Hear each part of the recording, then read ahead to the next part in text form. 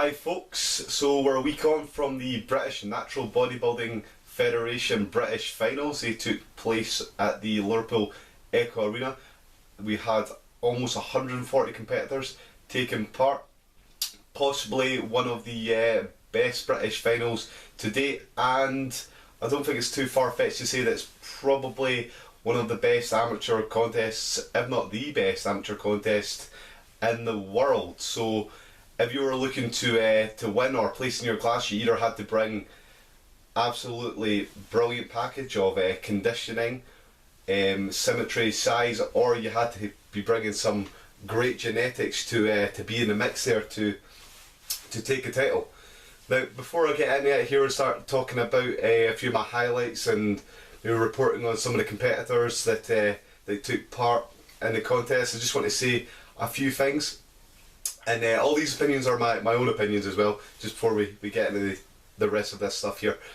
But it's frustrating from a judge's perspective to see guys and girls go from their qualifiers to the British finals, and instead of improving and getting their condition better to the finals, or improving their posing, or having more size, they go the other way and they go backwards. So what a lot of you people are doing, I don't know, maybe talk to your coaches or whatever, but that shouldn't be happening. You should be definitely getting better.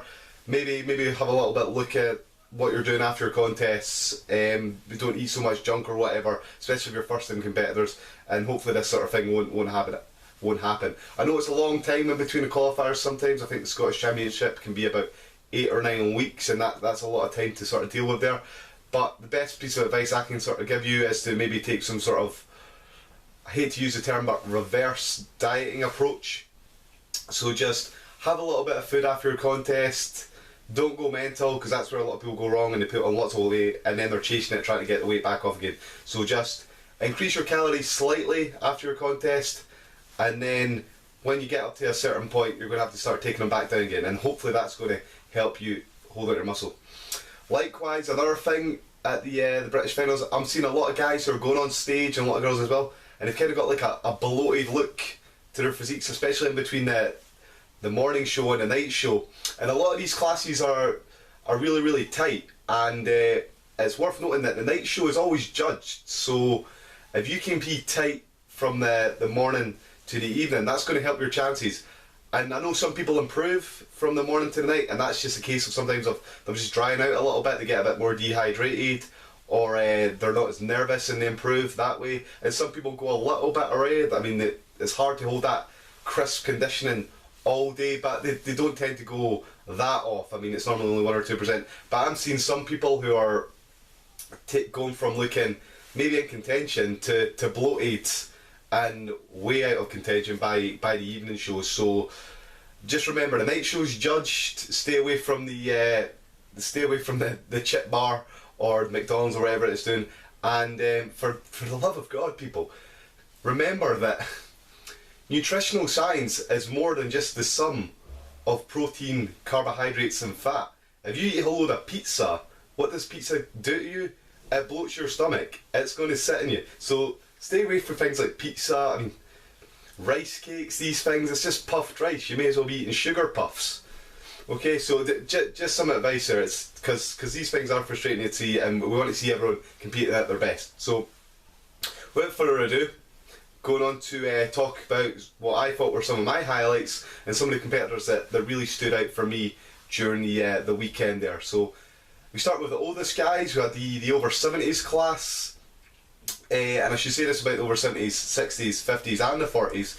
I mean, all these guys look amazing. I mean, they've definitely turning back the hands of time on this one, and they put some of the younger competitors to shame, and certainly probably put some of the audience members to shame. So in the 70s we had Eric Dow would eventually take the title. This might have been Eric's best competitive showing to date, which is amazing when you consider that I think he's around about 79 years old, so he's still making improvements at this age. He would just be a little bit too big in the end for Ronnie Cooney, who took the second place, but Ronnie Cooney was ripped. I mean, for a 70-year-old man, that guy was in shape. There's no doubt about it. Nice symmetry as well to his package. And a memorable posing routine at night where he came out sort of dressed as like a dirty old man with a trench coat and went out on stage. You kind of had to see it. It was kind of funny. An honourable mention to Jim Benny, who was in third place. He was last year's champion. This guy actually died of a heart attack, had to be resuscitated in the gym when this happened, and I think he only got his doctor's line to compete around about, say, 8 weeks ago. So for him to go through all that and then take the third place top spot in this competition was something else. So well done Jim. I think that deserves a round of applause.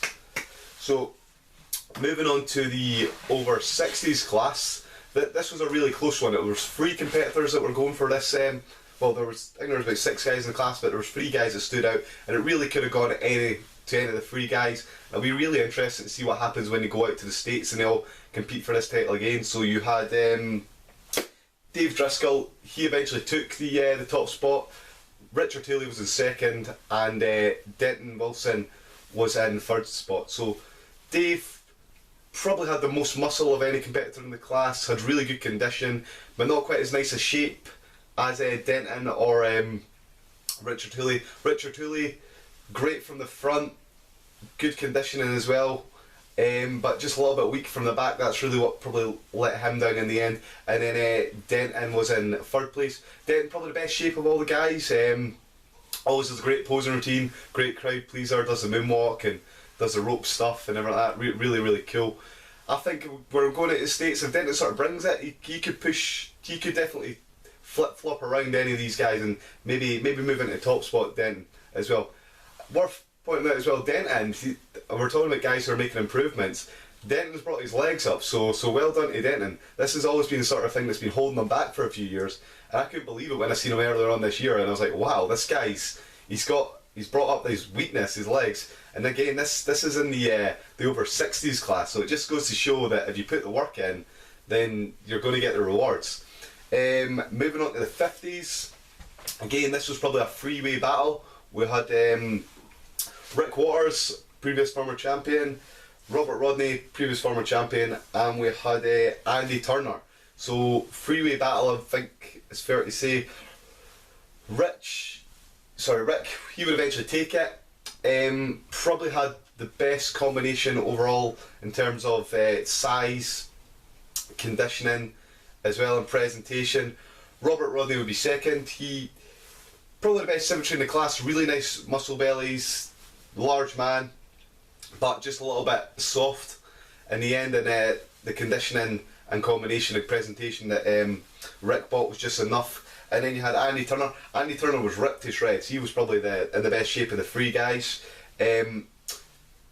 Not the most pleasing shape. That's probably what let him down eventually in the end. But he was definitely carrying at least as much muscle as the other 2 guys as well. And I mean, I wouldn't have been surprised if it came out any of the freeways in that occasion as well.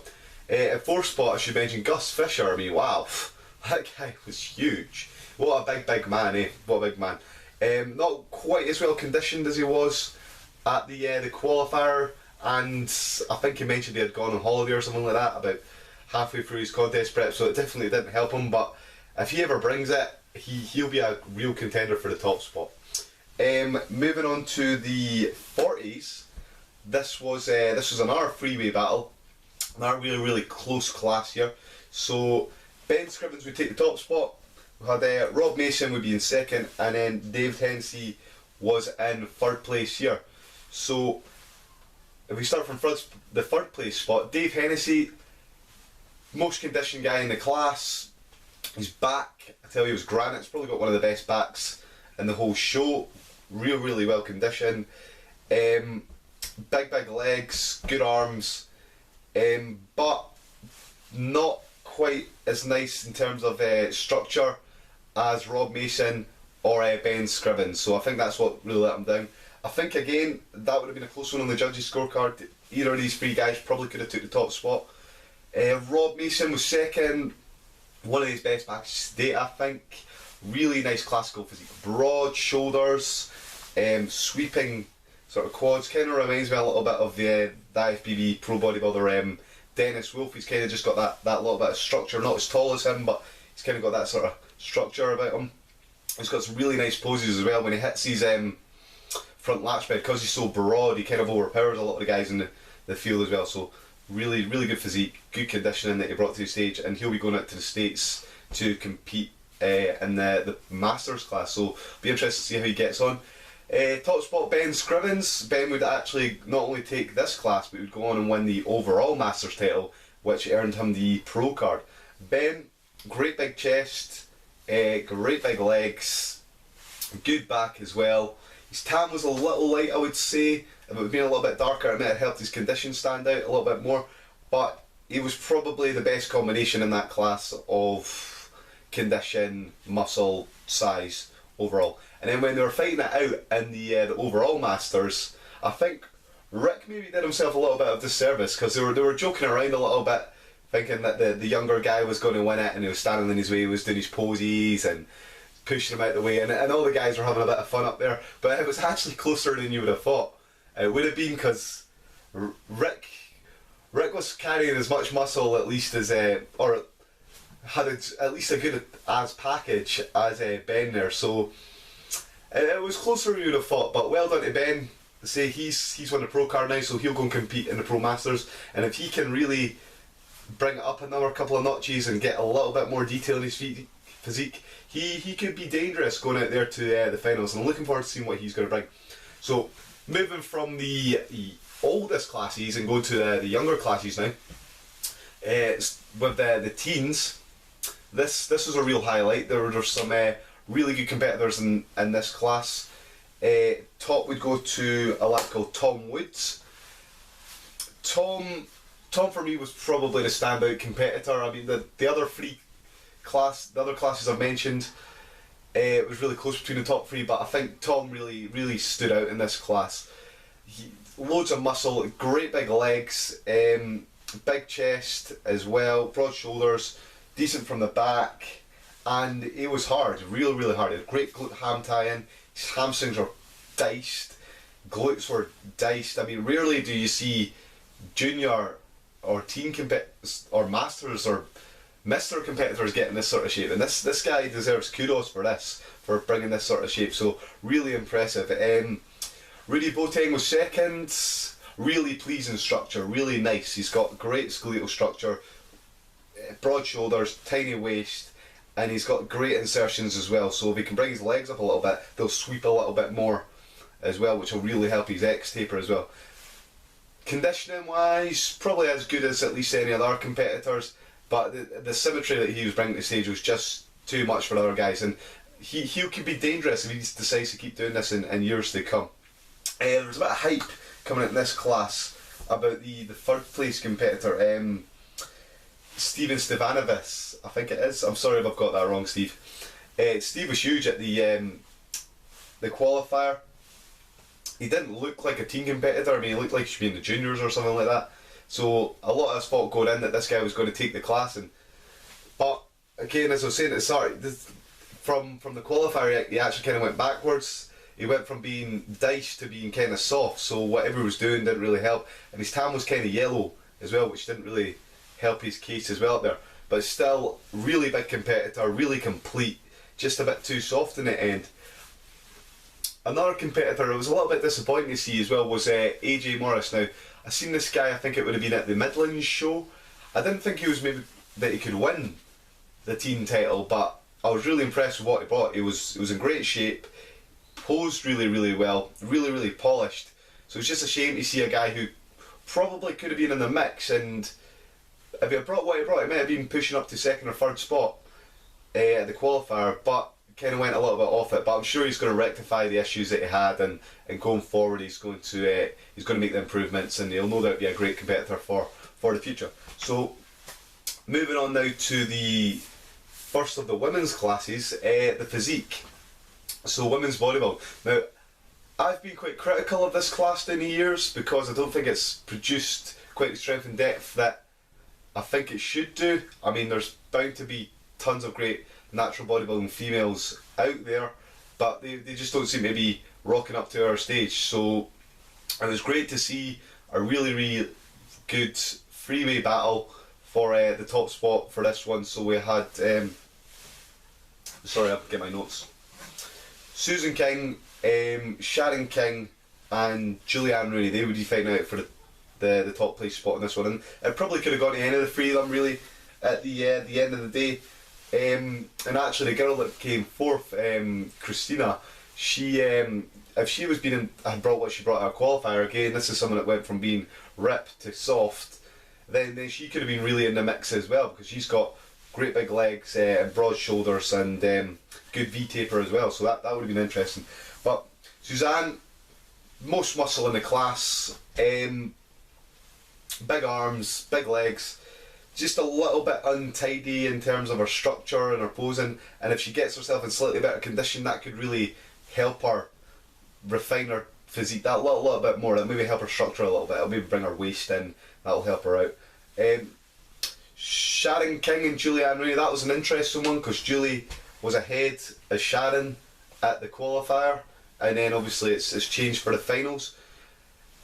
Sharon, she was in better shape than she was at the qualifier, but because she was in better shape and she'd lost that little bit of fat, she seemed to lose the nice sort of shape that she had at the finals, and you could maybe see the weaknesses a little bit more. So if she can bring up her back, then she could really be in contention for taking this top spot. Julianne, she was probably just about as good as she was at the Scottish Championships, and noticeably she was better at night, but this would have been a really tough one to call, and I don't think you could have really any complaints if it had probably came out any of the three ways in that one. All the girls were really, really good. I'm going to talk about the lightweights now. Now, the lightweight class, this was personally my favourite class of the day. I think this was the best lightweight class that we've ever seen at the BNBF. All the guys brought it. I mean, you probably could have had any of the guys who are from 9th to maybe 6th, placing in that top sort of 4 spot, maybe even pushing in that top sort of 3 spot. Some of the guys were that good.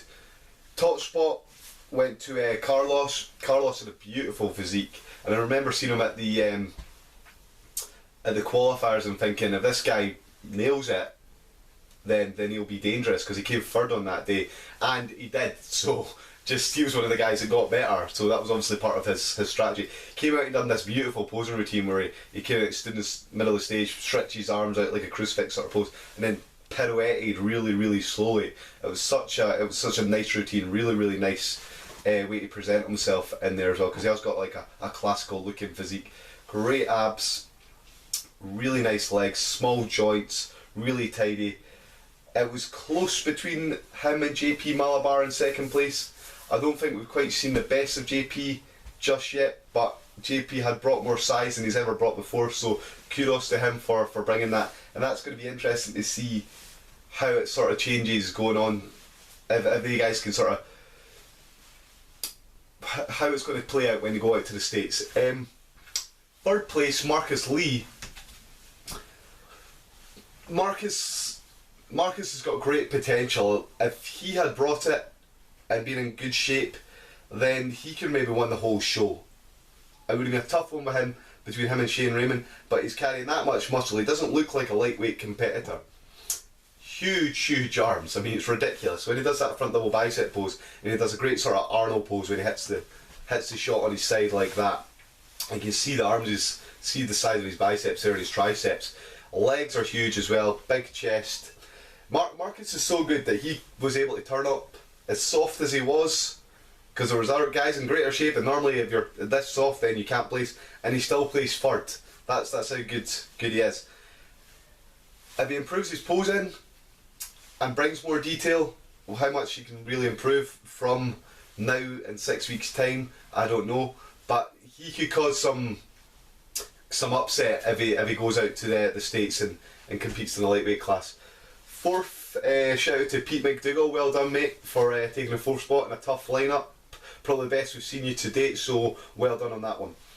Moving on to the heavyweights now, so I don't think it's disrespectful to say this, but this was probably a 2-horse race between Lewis Smith and the Mercurial Shane Raymond.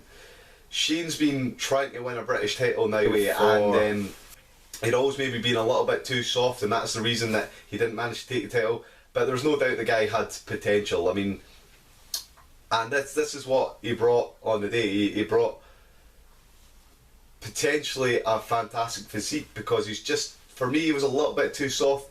But if you looked at him as a whole overall package, I mean, he was just so complete.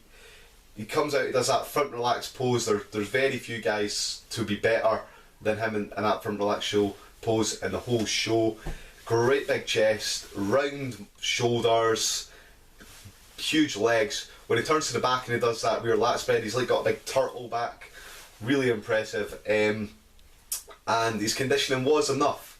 That's what I'll say. I mean, sometimes you've just got to say that he's so complete. He's got so much muscle, and the condition that he's brought is just enough that you can't ignore it.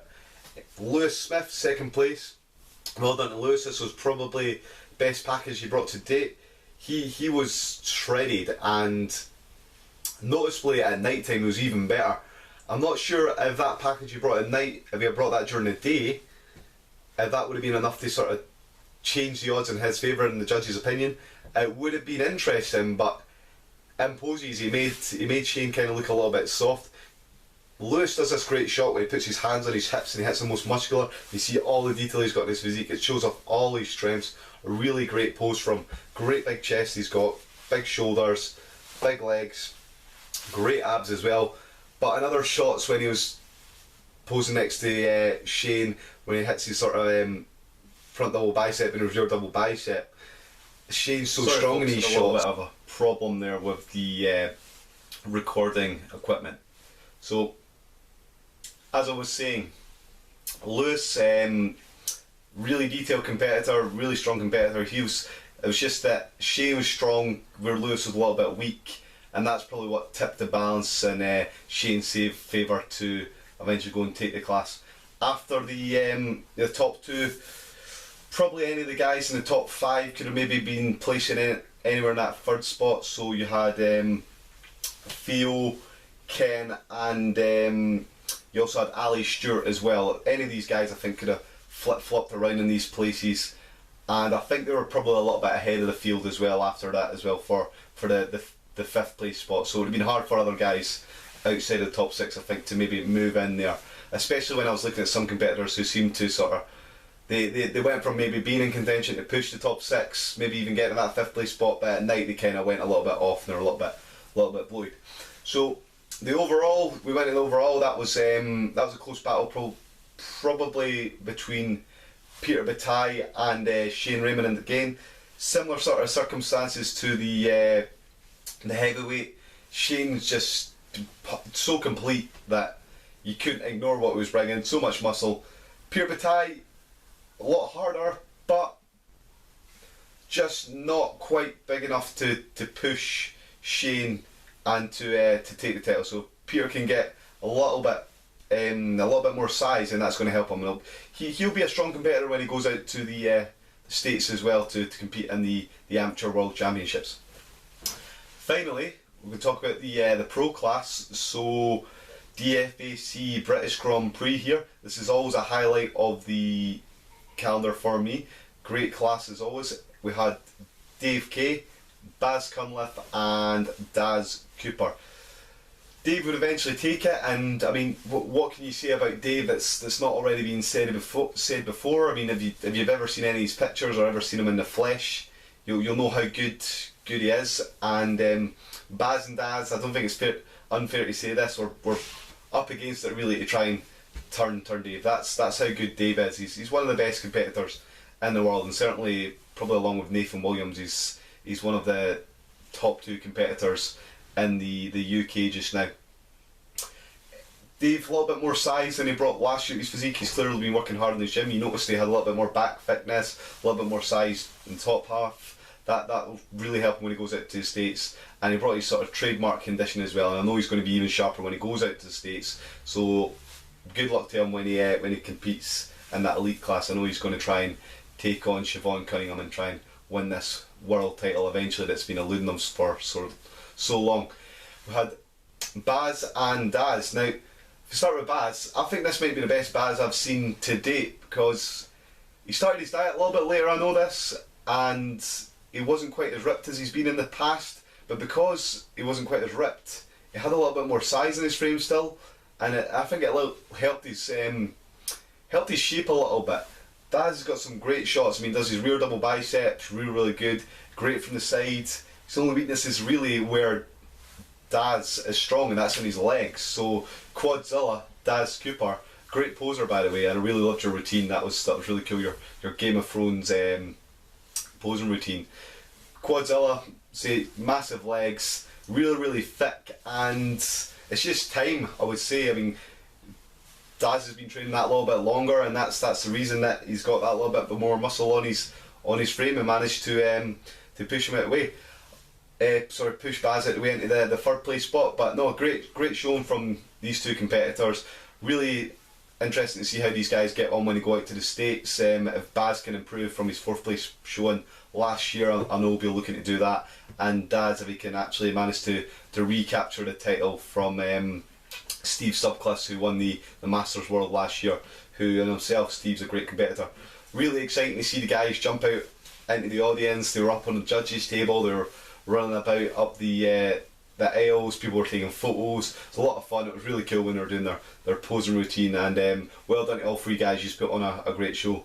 So that about wraps it up. Those were all my highlights, competitors that stood out, a little bit of a report on the show, and a little bit of advice how you guys can improve as well. Will say that the BNBF, they run clubs all over the UK, so have a look on the Facebook page and you can maybe get yourself along in one of them if you're thinking about competing next year. And these are a great resource. I think it only costs about £5 to pay into the gym for a single session, and it's free after that. You've got pros there, they'll help you with your posing. If you ask them, they'll help you about dieting and training and things like that, and really worthwhile doing as well. So thanks everyone for watching, and I hope you found this video insightful, and if you've got any comments and you liked it, then be sure to leave some in the space below. Thanks.